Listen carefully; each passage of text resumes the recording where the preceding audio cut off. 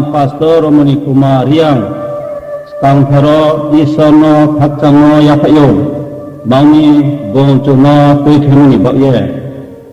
Jong Bilunia Pastor Salkani Brurau Sikumi Rukumi hiye Bo Chini Bru ni poto bai Rchahni himiya Himba Isor tui khemu bai khele jamse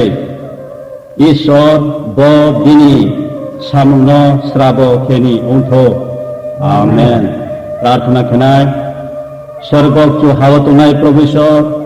Bari Bhaktangmoni kau Nung tui khemu bai Nung chung na sirbat khemu bai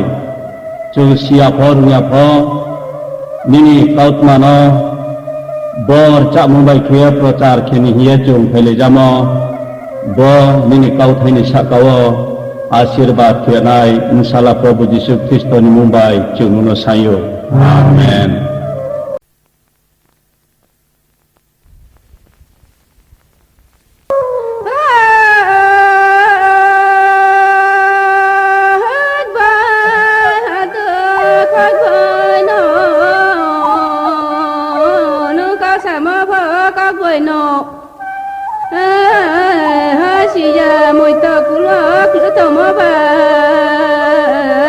con đó ni bảo lẽ có thể khẩu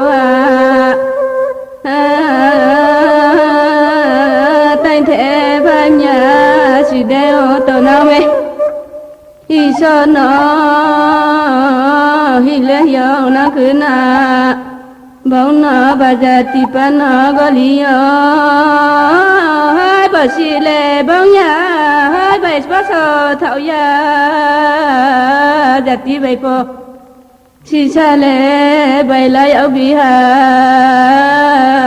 phụ rằng dạo phụ tao nhẹ cha bì hà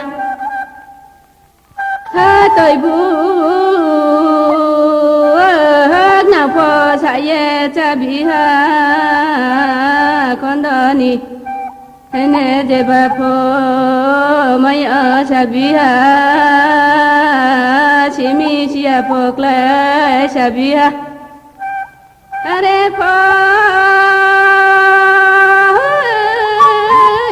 bà đây sa ni cô rằng giờ con nó lệ nét này á cô sa cả mỗi đó bát bồi chi nó để em chiều tổ nó miare mi bơ cam bơ rồi bà giờ khá số là nó chẳng bơ đồng cô cha khe bà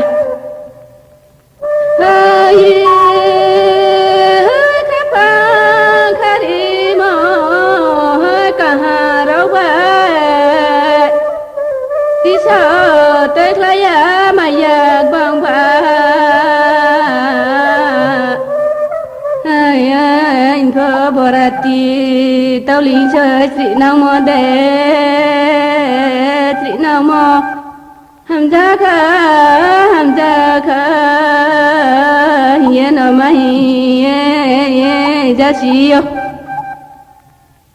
thời gian phò cứ thang khờ này ha জীবন জাগায়ে বলা মানানো পহিনা সিনায়া Rchahmo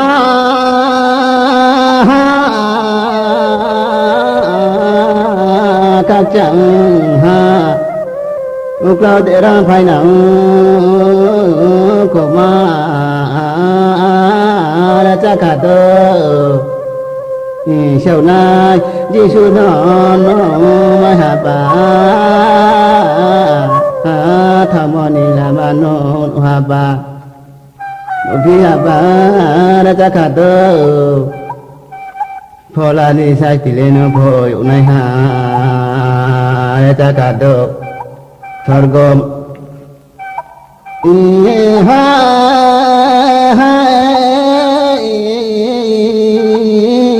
Rchahmo Tạo lê Sargom Nốc làm anh đã qua máu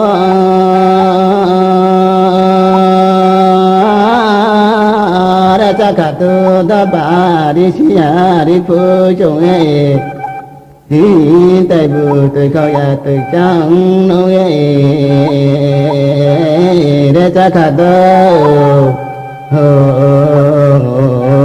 soi gỡ được lại mày đàn qua máu cho nó khâu trắng mà khi mày nè ra cha cả tu Isor le maya to bubong sare ya hase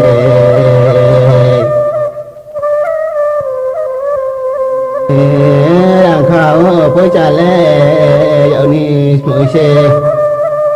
Phật giới đã nộp to hạ sare phối cho ni maya ta sare ende cùng tăng rong còn phi ya ma se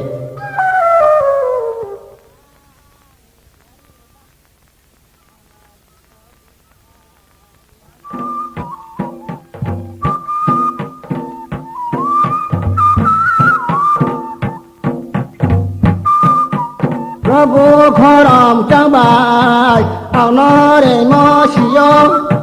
nini thay bài ao nó su đây cát ba đi bài khổ mò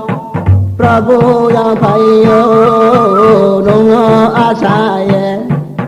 nini thay bài ao nó su đây ai ni pa do to nan ai ni pa do to bài nini thi yo phải pho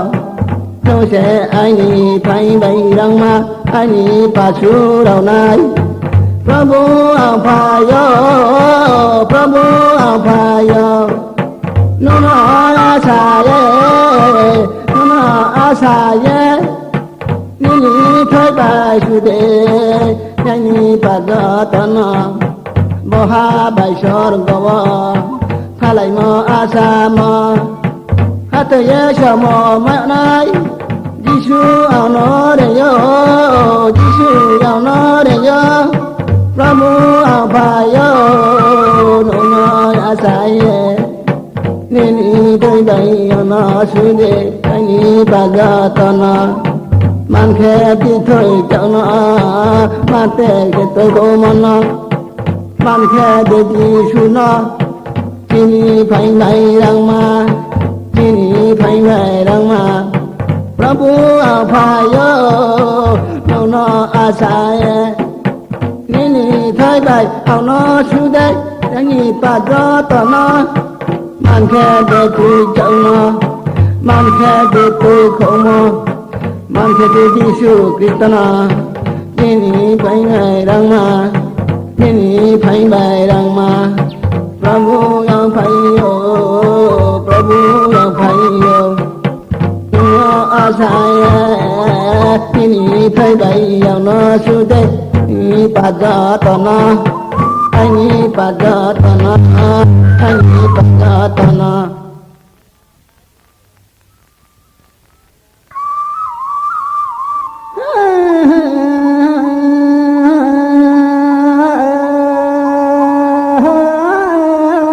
Jagan galane bayo chỉ có sa ye phải mo ba Rchahmo to galani no kha sa ye phải mo de ra cha ka do demo adoni pa che cha ka do bây giờ chị say phải mua bà để chắc cả được cô TV mà ăn có thể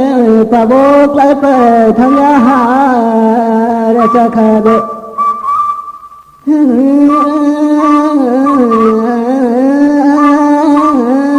cả hàng kia vô cơ khắc khả được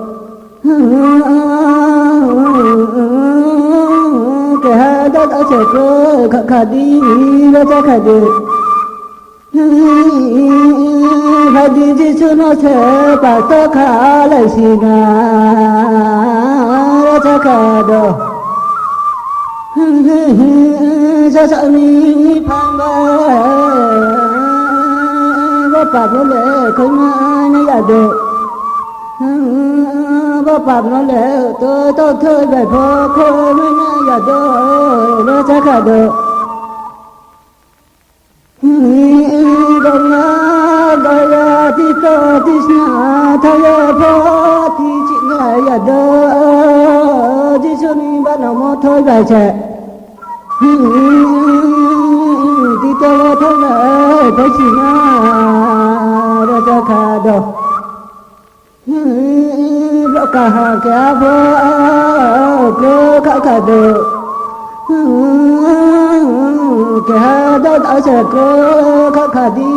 nó chắc cả được phải đi chỉ số nó sẽ phát có khá lại xí ra bên thôi về và nằm thì tôi cũng đón bà chỉ đi thì tụi nó số rồi tham gia để chắc là được bộ sẽ đi số bài bản sau đó mà thở lại quay này phải đi vốn số đi khá bài sẽ thì chúng lại cái gì nó để chắc là được rồi khá kia bốc lên khá đó kia đó đã sẽ khá được phải đi chỉ số nó sẽ phát có khá lại xí na sau đó cho phụ nhà cái mắt tôi lại ra này cái câu ya được cho nuôi sẽ đã bỏ đi bụi đi cho sẽ rồi gần phá mà già quả máu Giêsu nó bao tuổi mang khẽ tụng lại na bữa cả hàng kia vô cái cả độ bữa kia đó sẽ cơ cả độ phải gì Giêsu nó sẽ phạt có khá lại gì nào